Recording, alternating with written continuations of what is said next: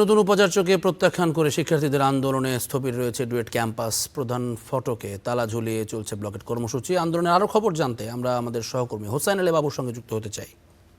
বাবু সেখানে আছেন।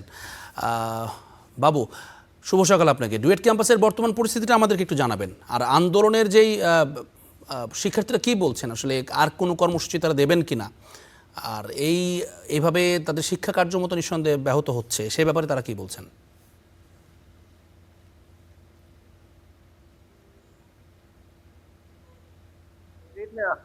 আন্দোলনের কর্মসূচি কিন্তু তাদের অব্যাহত রয়েছে। গতকালকে তারা ব্লকেট কর্মসূচি কিন্তু আজকেও কিন্তু দিয়েছেন। সকাল ৮টা থেকে তাদের এই ব্লকেট কর্মসূচি কিন্তু শুরু হবে।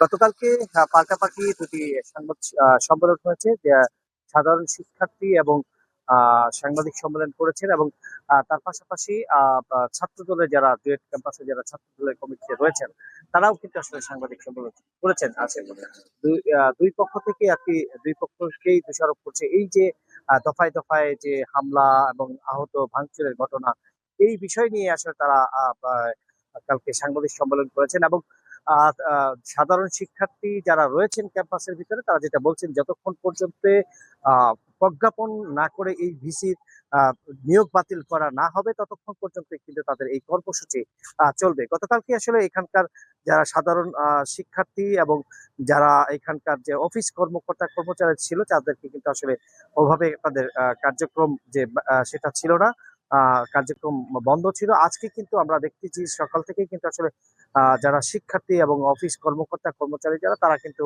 স্বাভাবিকভাবেই ঢুকছেন পকেট গেট দিয়ে। আসলে মূল ফটক যেটি, সেটি আসলে যেই তালাবদ্ধ করে দেওয়া হয়েছে, তালা বন্ধ করে দেওয়া হয়েছে, সেটা কিন্তু এখনো সেভাবেই রয়েছে।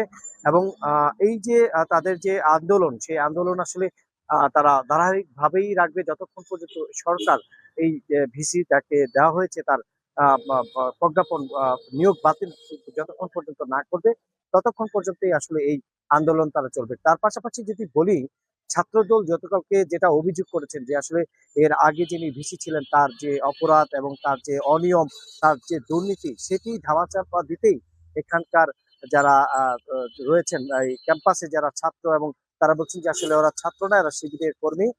এই শিবিরের কর্মী তারা আসলে এই ধরনের কার্যকলাপ চালাচ্ছে, যে যেতে এই অনিয়ম এবং দুর্নীতি ধামা চাপা দেওয়ার জন্য।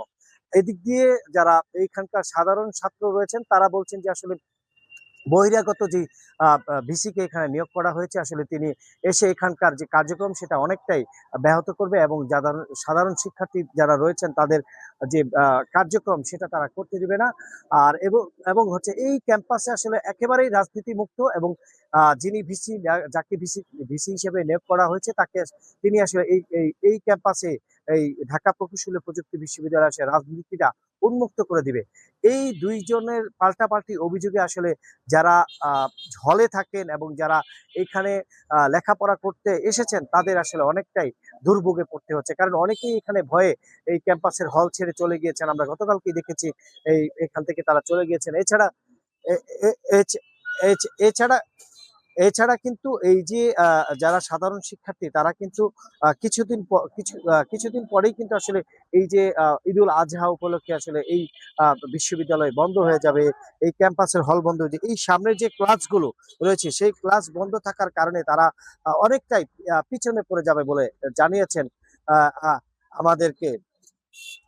এখানকার এখানকার পরিস্থিতি যদি আসলে প্রশাসন যদি দায়িত্ব না নেয়, পুলিশ প্রশাসন এবং জেলা প্রশাসন যারা রয়েছেন, তারা যদি দায়িত্ব না নেয়, তাহলে আসলে এখানকার শিক্ষার্থীরা অনেকটাই শিক্ষা কার্যক্রম থেকে পিছিয়ে পড়বে, এবং এই অবস্থা পর্যায়ক্রমে ধাপে ধাপে বাড়তেই থাকবে, এবং তাদের কর্মসূচি আরো এগিয়ে নেওয়া যাবে বলেছেন।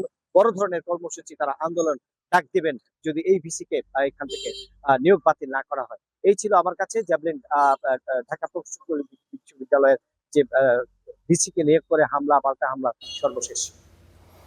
ধন্যবাদ আপনাকে বাবু।